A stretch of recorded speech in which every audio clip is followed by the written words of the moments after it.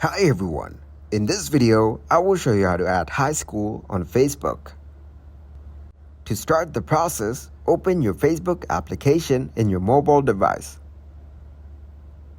Then tap on Menu on your top right. Then go to your profile. Here tap on Edit Profile. Then scroll down until you get the option of Edit your About info. After that, tap on Add High School.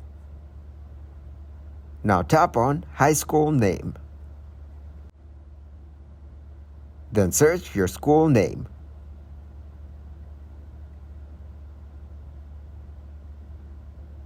After selecting your school name, tap on Year. Now select your class year from here. From here, you can also change your privacy. Then tap on Save. You can also share this as a live event. As you can see, your high school has been added to your Facebook profile. After that, tap on pencil icon right next to your school name. More options will be appearing on your system. This is how you can add high school on Facebook. If you guys got some value, make sure to leave a like and subscribe to the channel. Until next time, goodbye.